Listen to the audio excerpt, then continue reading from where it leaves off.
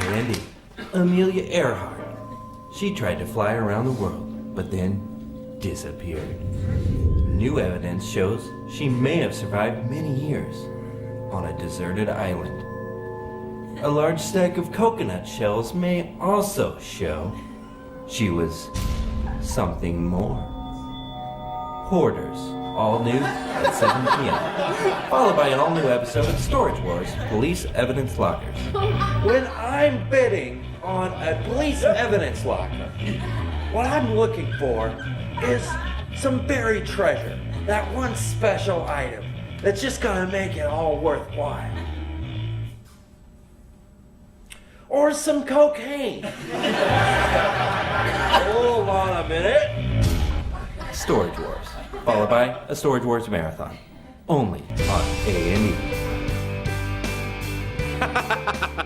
Fantastic. Joan will have more with funny man Robin Williams later in the show, but next on Early Good Morning today. It's been nearly a week since college freshman Tina Jamison went missing while on a trip to Washington, D.C.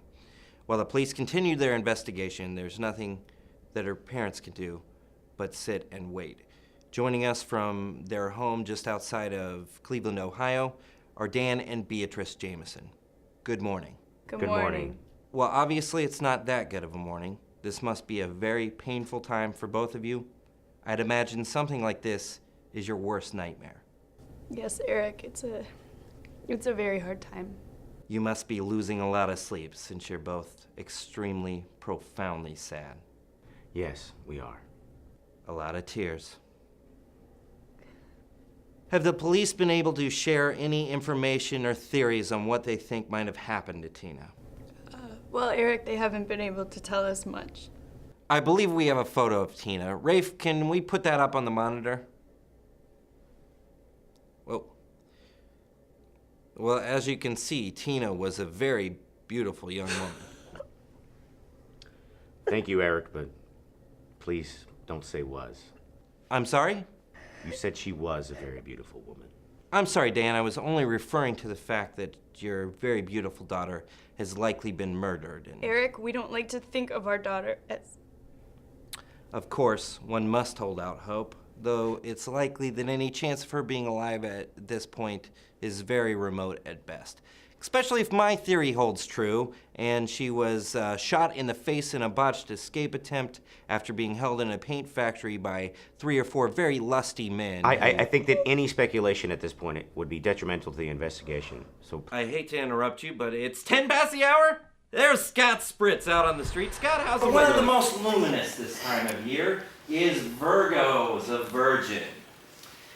Back in 1997, I was engaged to a luminous virgin by the name of Sarah Beth Smith.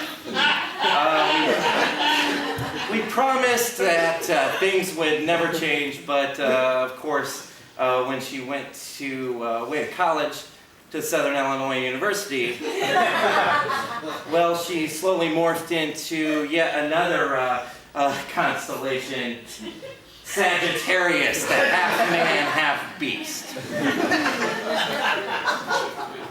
Sarah, who was bipolar, so you see the half woman, half beast thing, right?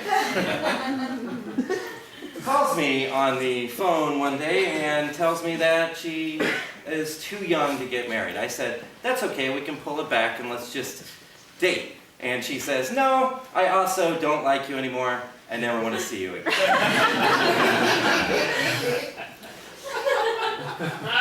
Sagittarius, as you can see, is pointing an area. This is on the phone, by the way.